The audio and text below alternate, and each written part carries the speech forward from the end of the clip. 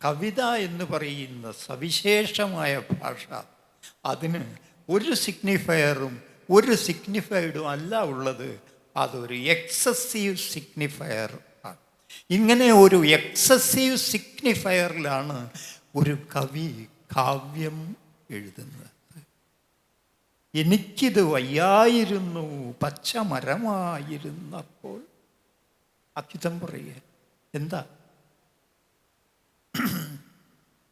റൂമി, ജലാലുദ്ദീൻ റൂമി പറയുന്നുണ്ട്, ആദ്യം ഞാൻ മണ്ണായിരുന്നു, പിന്നെ ഞാൻ മരമായി തീർന്നു, പിന്നെ ഞാൻ മാനായി, പിന്നെ ഞാൻ മീനായി, പിന്നെ ഞാൻ ഇങ്ങനെ പലതും പലതും പിന്നിട്ട് ഒടുവിൽ ഞാൻ മനുഷ്യനായി. എനിക്ക് നഷ്ടപ്പെടുകയായിരുന്നില്ല ഒരിക്കലും.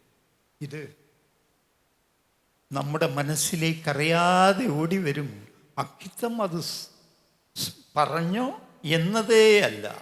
കവിത എന്തു ചെയ്യുന്നു?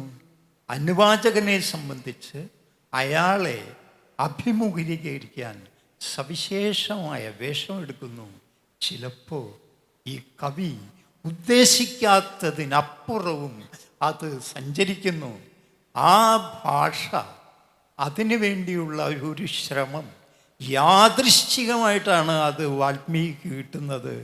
അയാളത് കവിതയായി തിരിച്ചറിയുന്നു. നേരത്തെ താൻ കേട്ട് ഏതിൻ്റെ വേദനയിൽ അകപ്പെട്ടു പോയോ ആ കഥ ഈ ഭാഷയിൽ പറയാം എന്നയാൾ വയ്ക്കുന്നു. അങ്ങനെ ആ ഭാഷ വഴി രാമനും ലക്ഷ്മണനും ഒക്കെ ലഭിക്കുന്ന അധിക തേജസ് അവരിൽ നിർത്തുന്നതിന് പകരം കാലാന്തരത്തിലേക്ക് വ്യാപിക്കാൻ പ്രേരിപ്പിക്കുന്നു. അങ്ങനെ കാലാന്തരത്തിൽ വ്യാപിച്ചപ്പോൾ ചിലർ അവരെ ദൈവം എന്ന് പോലും കാണുന്നു. അവർക്ക് വേണ്ടി ക്ഷേത്രങ്ങൾ പോലും പണിയുന്നു. ഒരു കാവ്യത്തിൻ്റെ ശക്തി എത്രമാത്രം വ്യാപിക്കുന്നു എന്ന് പറയാം അല്ലേ? ദൂരവ്യാപകങ്ങളായ വാക്യങ്ങളാണ് കവിത എന്ന് പറഞ്ഞാൽ. യഹൂദി അമിച്ചായി പറയുന്നുണ്ട്, ഒരു ബോംബിന് 10 സെൻറ്റിമീറ്ററാണ് ഡയമീറ്റർ, പക്ഷേ അതിൻ്റെ ഇഫക്റ്റിന് 100 മീറ്ററാണ് ഡയമീറ്റർ. അതിനകത്ത് പെടുന്ന ഒരാശുപത്രിയോ ഒരു അംഗനവാടിയോ ഒക്കെ നശിപ്പിക്കപ്പെടാം. 1000 കിലോമീറ്റർ അപ്പുറത്ത് നിന്ന് വന്ന ഒരു പെൺകുട്ടി ഈ ബോംബകപടത്തിൽപ്പെട്ട് മരിച്ചാൽ അതിൻ്റെ വ്യാപ്തി 1000 കിലോമീറ്റർ ആവും.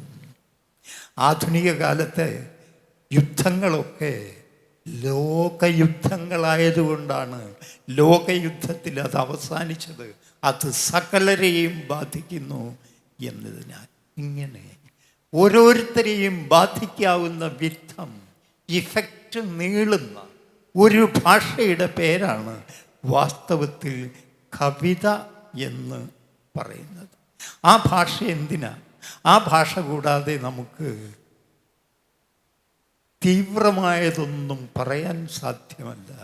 അത് അനുഭവങ്ങളെ അഗാധമാക്കുന്നു. അത് വേണം നമുക്കൊരു പേരിടാൻ.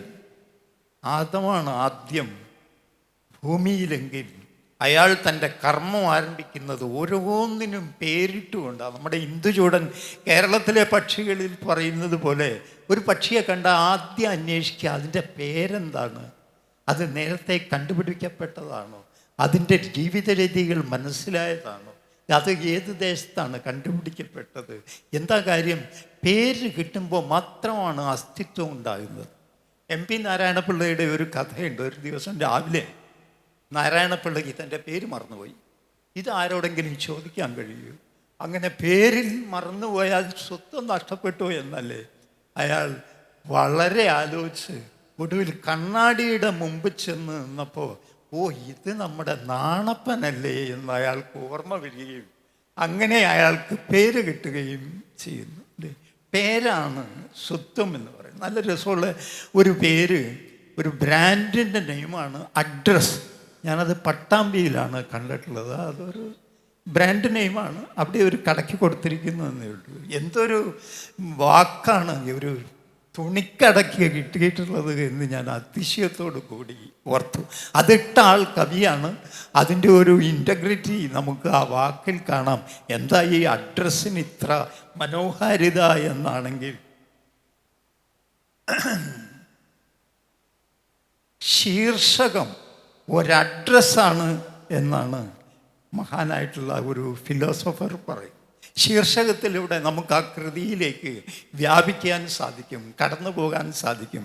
ശീർഷകം എഴുതുമ്പോൾ എല്ലാവരും കവികളാണ്, അത് നിസ്സംശയമാണ്. അപ്പോൾ അതാണ് ഒരു കാര്യം. രണ്ടാമത്, നമ്മൾ ഒരാൾ ഇതിലെ കടന്നുപോയാൽ മറ്റേ ആൾക്ക് അയാളുടെ പേരറിയില്ലെങ്കിൽ പച്ച ഷർട്ടിട്ട് ഒരാൾ ഇതിൽ കടന്നുപോയോ എന്ന് ചോദിക്കും. അയാളുടെ അഡ്രസ്സ് അയാളുടെ വസ്ത്രം ആണ്.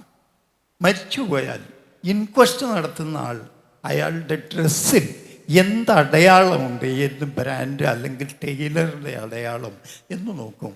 അയാളുടെ അഡ്രസ്സ് അയാളുടെ ഡ്രസ്സ് ആണ്. അപ്പോൾ അഡ്രസ്സാണ്. അമേച്വർ എന്ന് പറയുന്നത് പോലെ അഡ്രസ്സാണ്, ഡ്രസ്സിനും മീതിയായിട്ടുള്ള ഡ്രസ്സാണ്. ഇങ്ങനെ പലവിധത്തിൽ വിഹരിക്കാൻ കഴിയുന്ന പദങ്ങൾ. An idea can change your life. എന്ത് മനോഹരമായിട്ടുള്ള ഒരു വാക്യമാണ് ഐഡിയയുടെ ഈ വാചകം എന്ന് നോക്കും.